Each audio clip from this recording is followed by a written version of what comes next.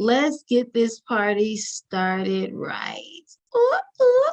So this is our staying positive, staying strong and positive for ourselves and our children, our daily webinar. I'm so excited that you're here with us today. Welcome, Rhonda. It's your first time. Fantastic. Well, we have this daily, that's why it's a daily webinar. And the series is staying strong and positive for ourselves and our children. And you're going to get the hang of this very quickly. Just watch everybody else, okay?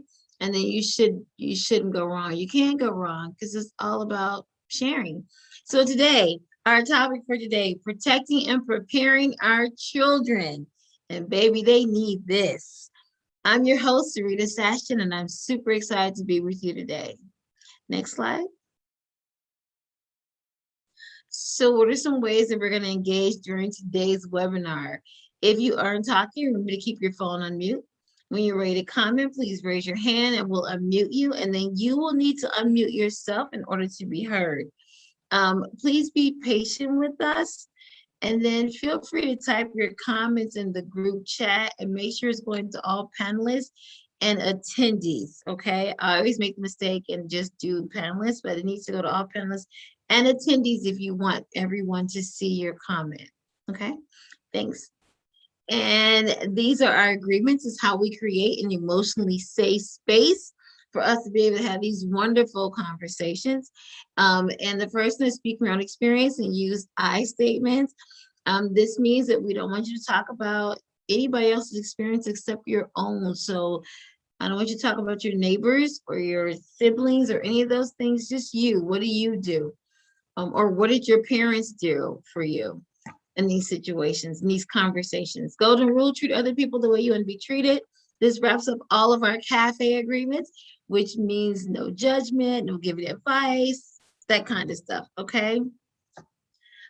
Full presence, please, no multitasking.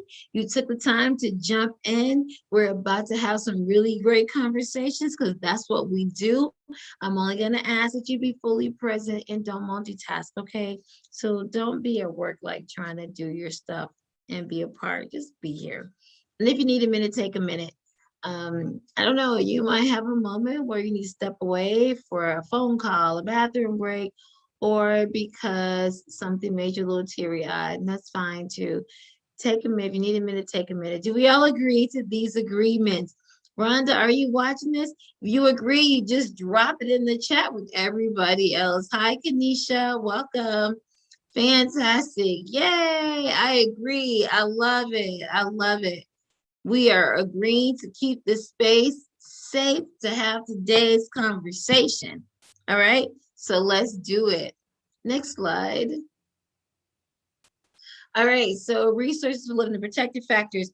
Like yesterday, we started where we had these conversations based off of living the protective factors. And so this is what we're using again for today's conversation.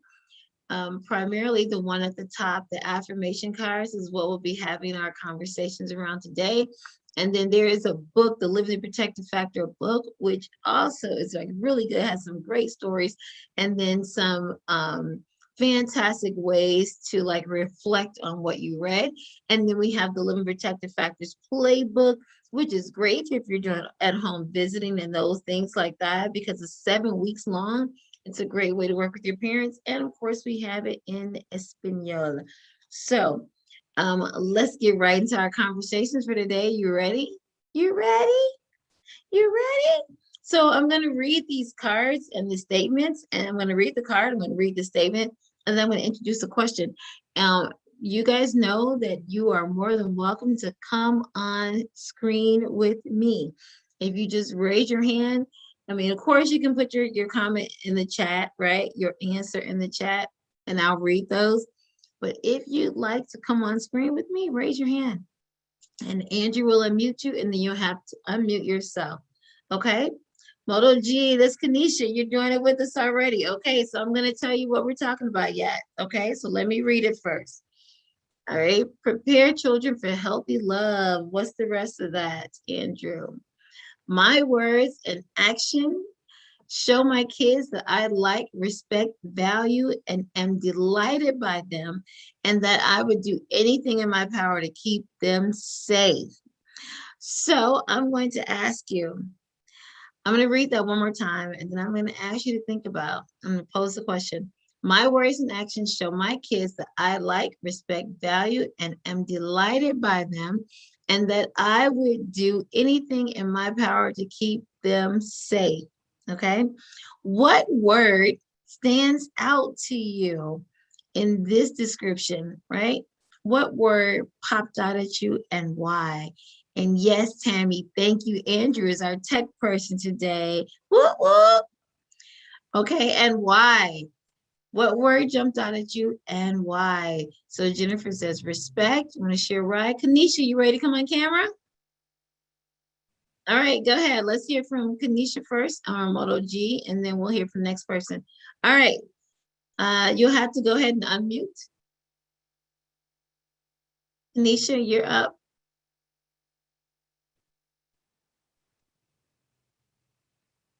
Kanisha, are you there? Okay, I'm here. I had you. This is a new phone. It's fine. What word jumped out at you and why? Um, Respect and value. Respect and value and why? Delighted. Because I was respect and value, and I'm delighted to have my kids in my life. Okay, cool. Thank you. Thank you for weighing in. So we got Jennifer. Thank you. Thank you, Kanisha. Jennifer, go ahead. Hi, everyone. Can you hear me? We can. Okay, great. Thank you. I chose respect because I know that's something that my daughter and I kind of speak on even currently, but I know when I was a child, I didn't feel respected as a child, and I always kind of equated that to love. Yeah. And, I want my daughter to know that it's important that even though I might not agree with her, I do hear her. You're at least I was raised in kind of children are meant to be seen, not heard kind of thing. And that's not what I want her to have to deal with. So we do a lot of talking. Yeah. Thank you, Jennifer. Thank you. Thanks for sharing. I know for me, I think the word delight jumped out at me. And the reason why it jumped out is because I often think of my daughter. When my Misha baby was little and she was like 2 and 3, when I would see her, I would say, "Hey, Misha baby," and then she would run to me and be like, "Hey, Misha," right? And then my daughter, my teenage daughter, when she was probably about 16, I do know she was in high school, and she said, "Mom, why is it when you greet me, you say, 'Hey, Zai,' hi Zaya, or hey Zaya, whatever. And then but when you see her, you're like, hi, Tisha baby. And I was like, oh, because when I say hi to you, teenager, right? When I say hi to you, you go, hey mom, right? I was like, but you're a teenager. I was like, so okay. In my mind, I was thinking, you're a teenager. But she wanted to know that I still delight in seeing her and get excited when I see her. And so even though she continued to be like, hey mom, from now on, every time I see her, she is now 25, and every time I see her, I'm like, hey Ty, hey Ty, I'm excited to see you. And she still just shakes her head like, so apparently she loves it. Go ahead, Andrew. Next slide. Way 42, promote sibling solidarity. I teach my kids to always have each other's backs. So I teach my kids to always have each other's back. Here's a question. Give an example of how you teach them. Share an example of how you teach your kids to have each other's backs. And do we have anybody who wants to come on screen? And I'll give you a minute to get your comments in. Go ahead, Rhonda. Hi. Hi. Having been a sibling of 5, which is a blended model, Mm-hmm. I am a parent of just one, and he doesn't have the privilege of siblings, but Mm-hmm. I teach him, or have taught him even in his adult years, as to just be present. Let your yay be your yay, your nay be your nay, and understand that support means a lot. Okay. Thank you, Rhonda. Thank you for weighing in and welcome. I think in my mind, this comes up for me is like my mom telling us, we went to school. If somebody bothers your sibling and you don't do anything and you don't stand up and you'll have them back, when you come home, you get your butt beat. I remember that because I wasn't necessarily a fighter, but then my kids was like, my mom was like, yeah, if something happened to your brother, you out there and you don't do anything, you catching the case. So, Black, you got your hand raised. Come on, girl. I get it with teaching your kids to have each other's back. I'm the youngest of 8, and of course, Mm, I believe they had my back. But I'm also the mother of 12, and sometimes there's always one that just stays in trouble. And it's just, but so many times that you want to just keep going out there at the same time. And what I've learned was, and what I've also taught my children was, although you may have your siblings back, and that's great to show the world that you have your siblings back, but you also have to teach that sibling the difference between right and wrong, because they're not mm, always right. So teaching them at the same time is still having their back.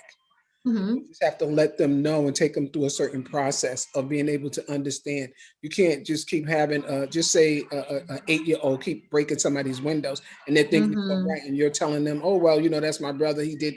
It's okay if you do that. No, you teach him at the same time. So I definitely. think you're still having his back because he has to grow up and become a young man and an adult. So you're teaching him along the way. So I think that's another way of having his back. Fantastic. Thank you, Black, and it's good to hear from you. Well, same here. Thank you. Thank you.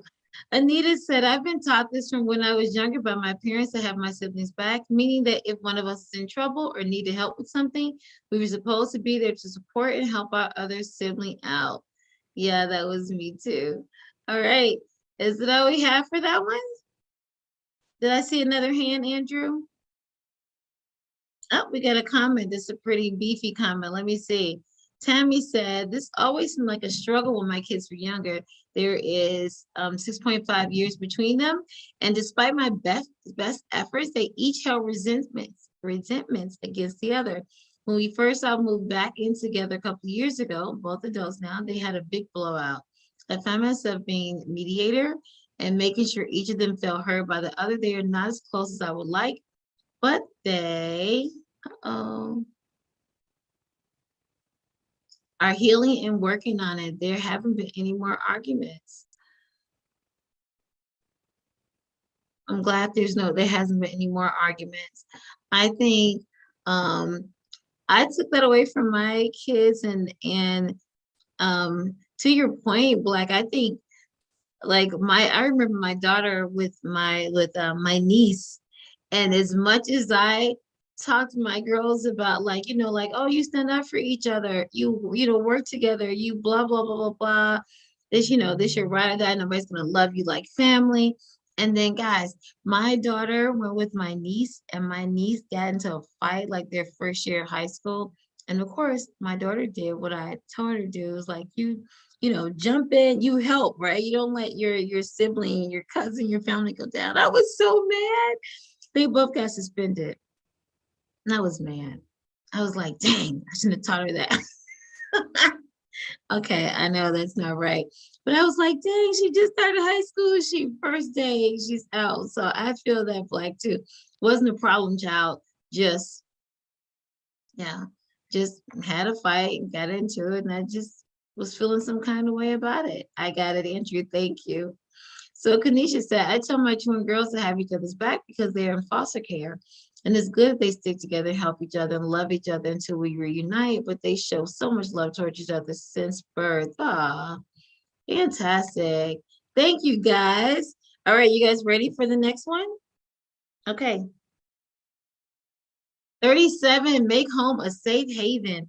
I ensure that our home is a safe place for my kids and that they feel emotionally and physically safe there 100% of the time.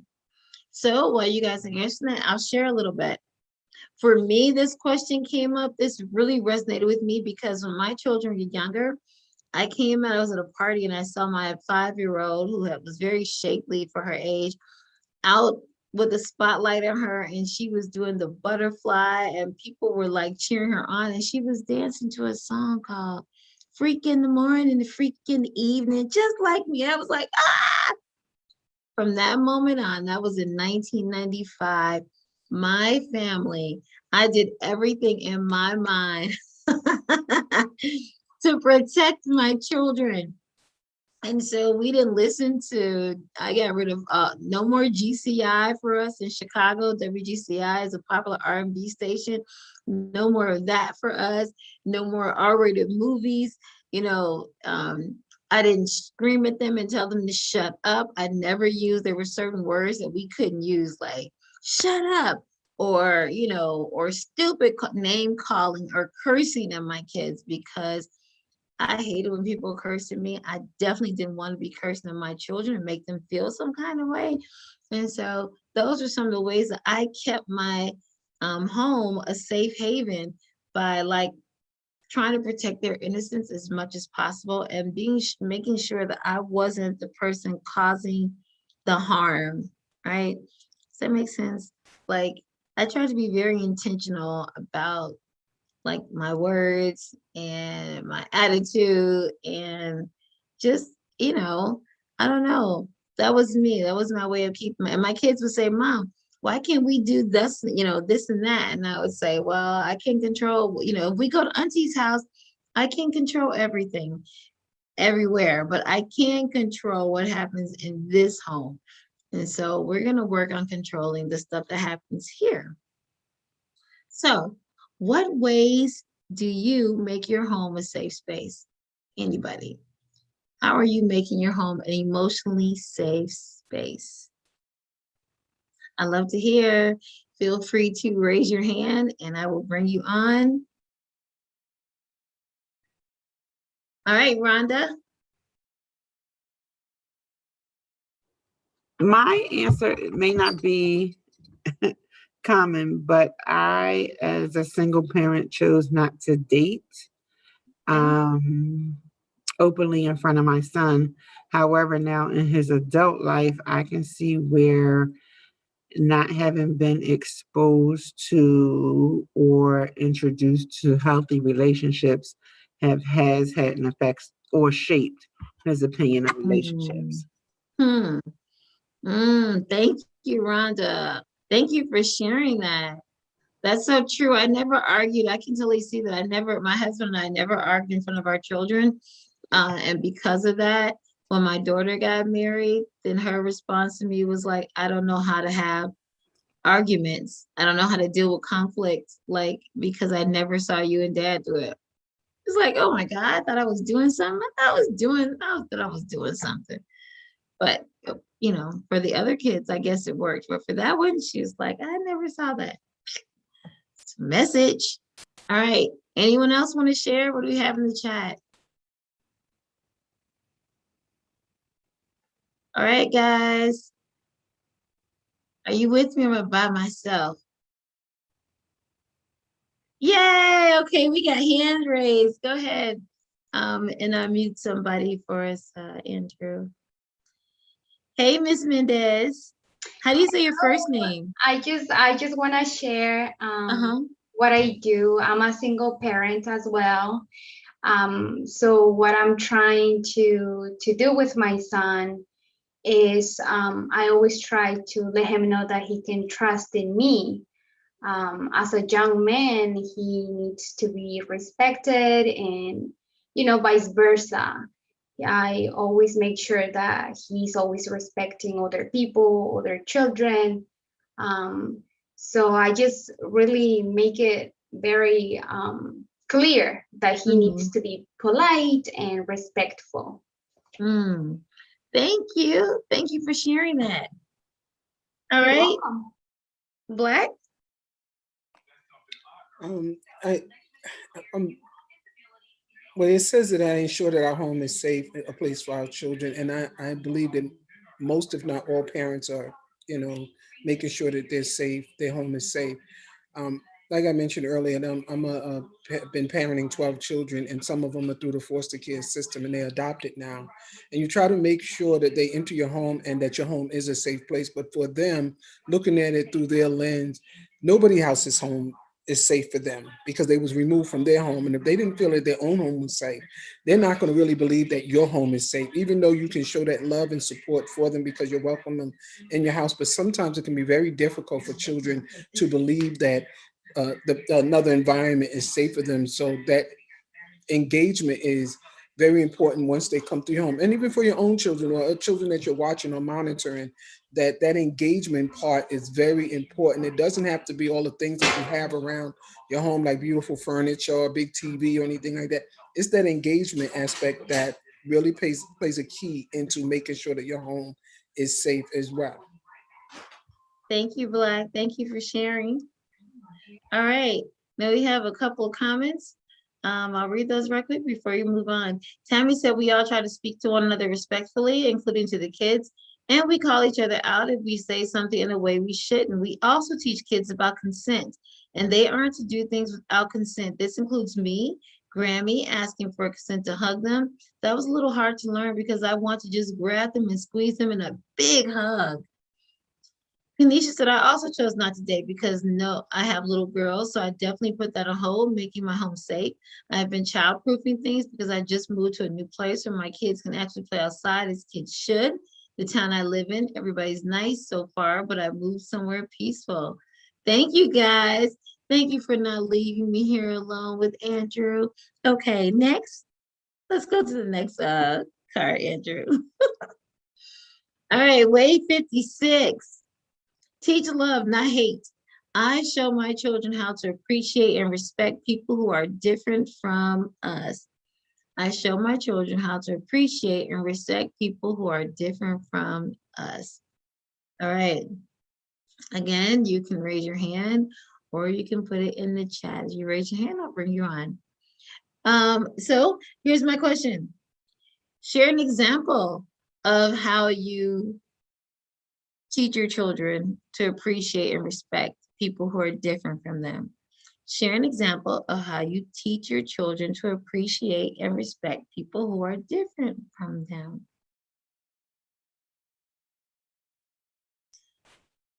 Thank you, Andrew. Andrew's been doing a great job putting the comments in the chat. Thank you, Andrew. All right, what we got? Any takers?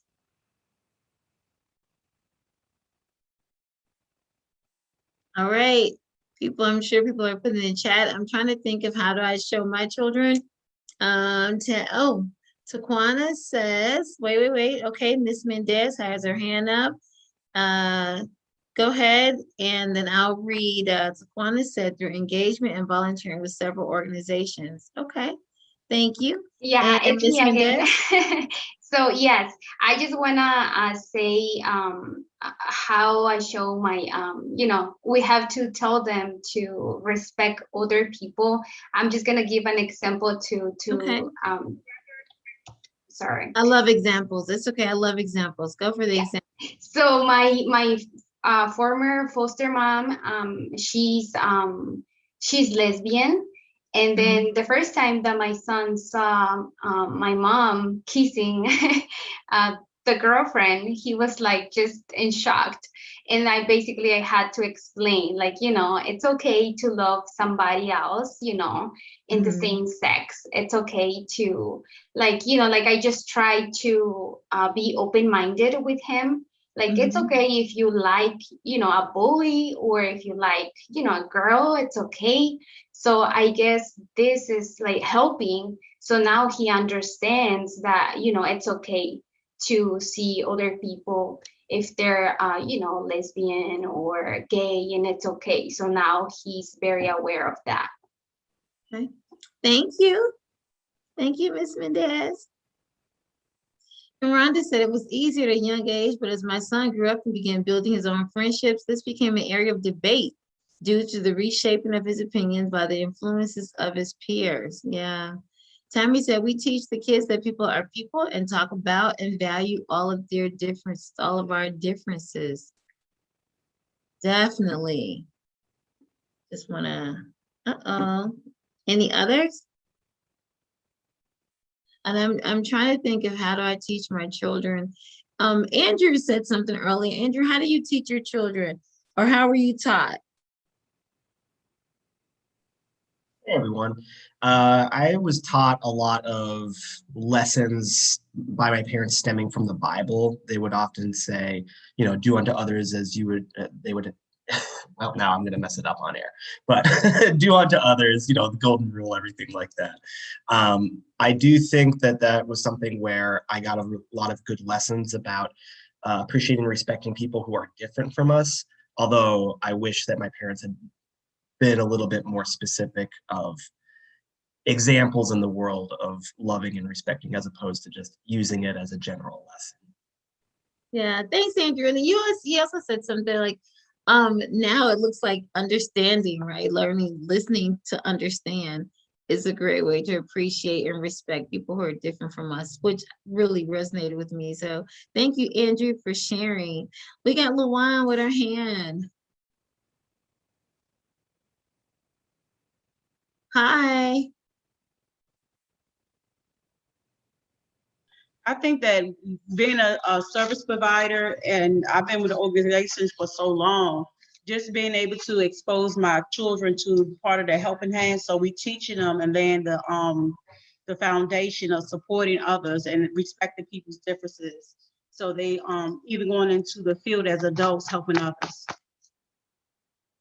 Thank you. Thank you for sharing. Okay, and we have like a few in the chat. Anita said, I always teach my children that regardless of how people look or their race, treat people with respect because we are all humans and it's the way that God will want it because he loves us. Kanisha said, I talk to my kids all the time to be nice to everybody, even if they're different, and never make fun of other people because it hurts their feelings. But my girls are so loving and caring already, and I teach them to respect older people, and I'm often telling them to always be good. I was never taught a lot by my mom, but my father raised me a little bit, but he definitely taught me how to treat people. So I make sure my girls know the same. Thank you guys. Once again, you guys never disappoint. I thought today was good. Thank you so much, everybody who jumped in and wanted to be a part and to share your story, and you put it in the chat. And we absolutely could not do this without you. So thank you for engaging with us today. Thank you for everybody who was there just to listen. Again, tomorrow, if you have not signed up already for the Living Protected Factor Parent Cafe, you want to be there. If you think these conversations are good, those conversations are 10 times deeper. Monday, July 26th, I'll be back for Trust is a Superpower. And then Tuesday, the key to great parenting is you with me again. You're welcome. And then, of course, Kathy will be back with us for Wednesday and Thursday of next week. And then just in time for another Living Protected Factors Parent Cafe. We really, really appreciate